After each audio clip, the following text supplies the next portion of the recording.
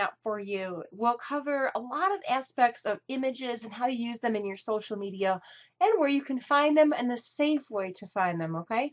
So the very first thing we're going to do now, on my preference for a browser, like what you open to go on the internet, my preference is Firefox, and I'll show you why in just a few moments. It's actually a designer's preference a lot of times because they have some extra tools and plugins that really are very, very helpful, okay?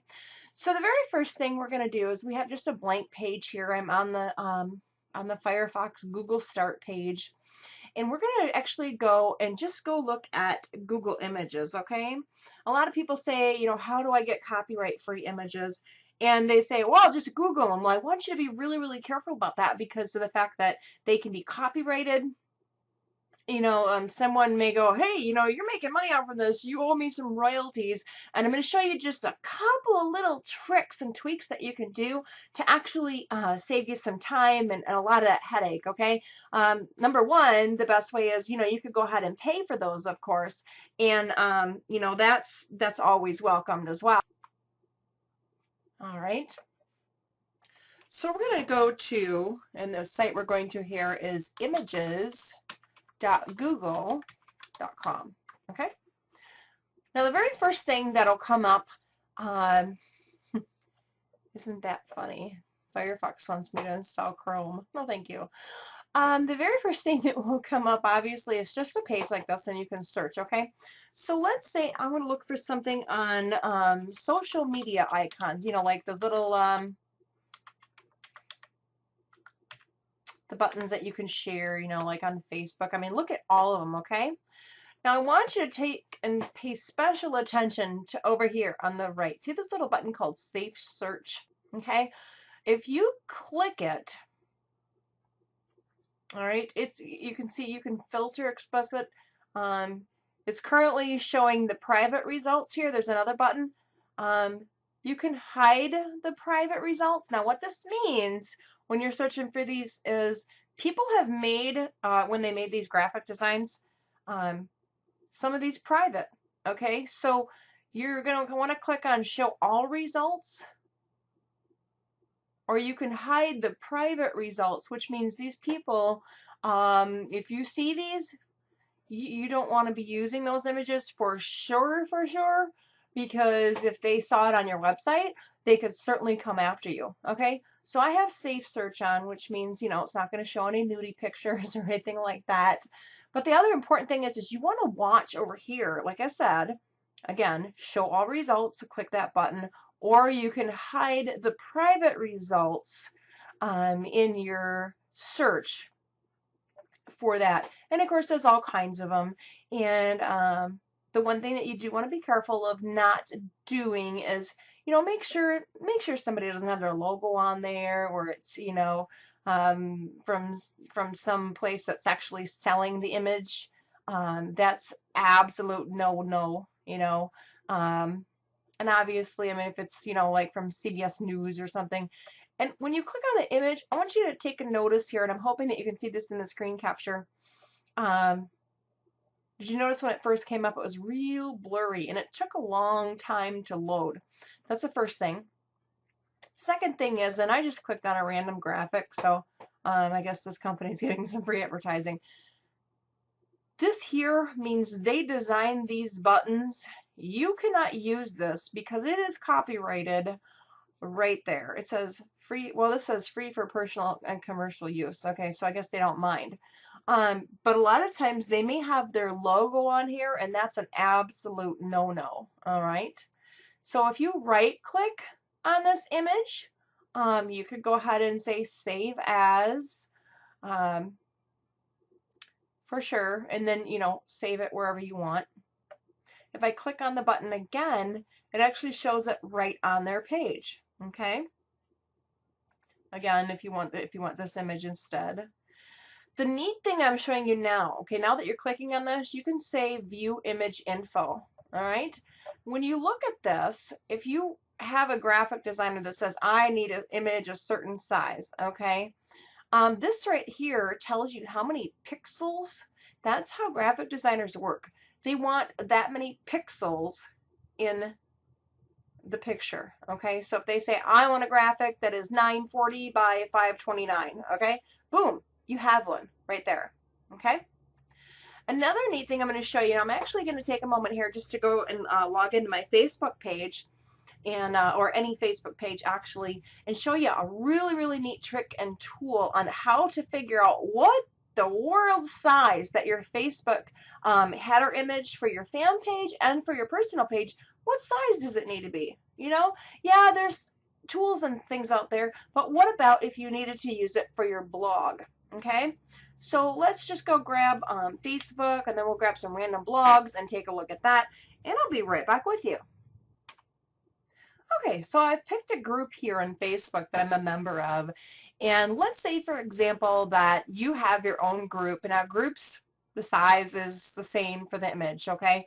Well, what if you wanted to change this image and you wanted to have a custom graphic made? How in the world would you know what you would need? And you can use this tool for any image online, absolutely, okay? Since I'm using Firefox, remember I said graphic designers like Firefox. Well, this graphic designer does, all right? So there's a little plugin on Firefox. It's called Measure It. It is awesome. You're going to see my screen go dark here in just about a moment. It's you just Google it, Measure It for Firefox. Once you have Firefox, it's an add-on. And then it will show up if you look way over here. It shows up in the corner like a little bitty ruler, okay? So once I click on this ruler, okay, notice my screen goes dark, and see I have a plus sign here now. So I'm taking my left mouse button and I'm just going to hold it down, and I'm going to click and drag across. See that? As I drag across, it's telling me exactly the size that I need that. And then keep that mouse button down and go ahead and drag it all the way down here. And see that 784, 785, you know. So I generally tend to make them, you know, like 7. I would make this one a little I mean, it's hard to be precise. I would make it like 785 by 250 or 249. And of course, I always, and so then you just go like this, and then it shows you the measurement. Boom, the width is, and the height is, and this is in pixels, okay? So it's awesome to be able to use this tool if you need to hire a graphic designer and they say, well, what size is it? What size do you need? You know, if you were to go to Fiverr, if you were to hire me for a graphic design or anything like that, you know, I do those on the side. This is how you would measure that picture, okay? Now, once you get this picture designed and it's all done, you can turn this off again to make the screen go away. Just click it again, and it's off, and everything's back to normal. You can breathe and relax, okay? So once you get this picture done, okay, let's go ahead and take a look. I want to teach you something about this. Now let's go to images.google.com again, okay? I'm going to show you some search results.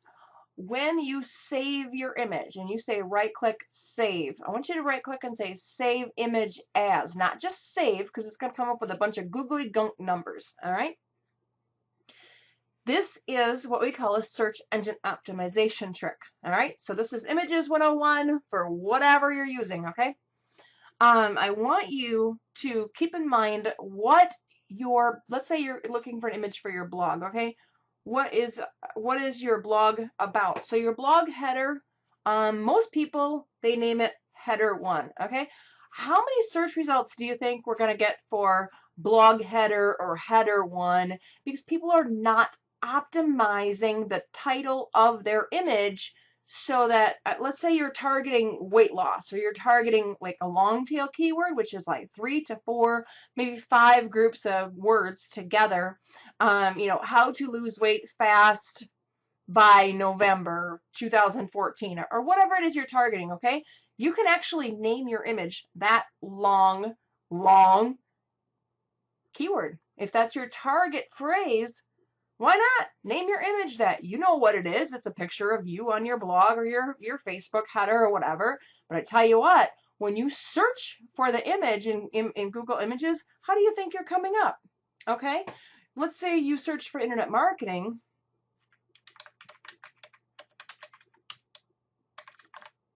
logo, banner, quotes, okay, anything like that. Internet marketing tips and tricks. Let's say that that's your keyword phrase for your blog, okay? So follow me here. That's what people type in to Google to search for you, period. Now, believe it or not, sometimes when people are searching for images, they go, oh, that's a kind of a neat blog. I like that picture. And guess what?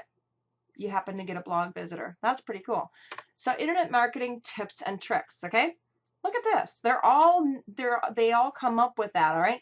But if I click on this, and remember I taught you to click on the image, and I taught you to click on this, and here's the actual image. So view image info, okay? They actually named their image. See this right here? They named it online-marketing-tips.jpg, and it came up in the search engine results. So this is something that you really, really want to watch to be able to, to learn that and to target your audience. When you're using this on your blog, I mean, you could use this as a header, okay? Now let me show you a big mistake that a lot of people often make, okay? We're going to back up just a little bit here. I want you to watch this. My blog header. Always make sure you can type well. My H doesn't like to work. My blog header, okay? I have one of those wireless keyboards. Look at all the search results that you get from my blog header.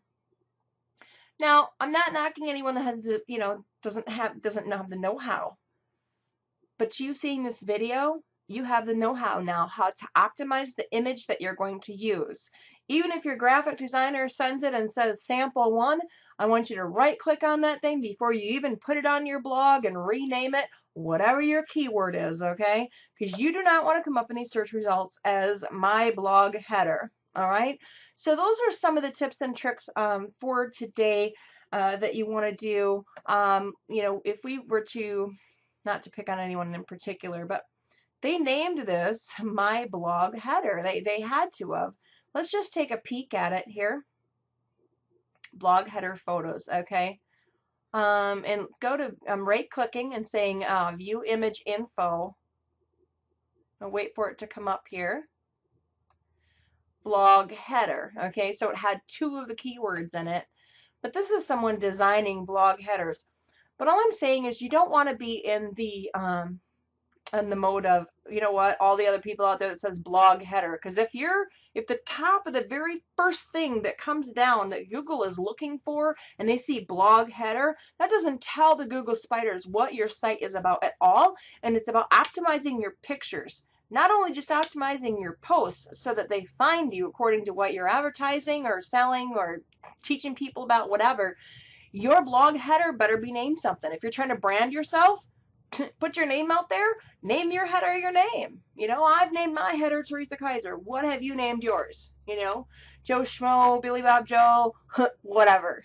Have to add some comedy in here, to keep it uplifting. But just keep that image optimized, and now you know how to measure it, you know how to safe search. Remember, I'm showing private results right now. We don't want to see those private results if you're searching for something to use. And yes, it is always better to pay for the image. And whatever image you do also, if you have the ability to edit the image in any way, definitely go ahead and do that. Make the image your own so that you're not like stealing someone else's stuff. I mean, you kind of are. And I'm not I'm not recommending that you do that, okay? So that you can't come after me and say, well, she said I should.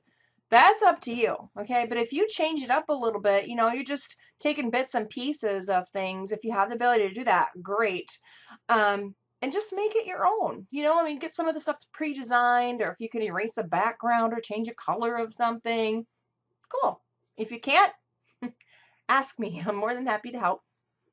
And of course, it's a service that I provide. And I will catch you guys in the next video. I hope you enjoyed the video and have learned quite a bit. And remember, optimize those images, and happy blogging.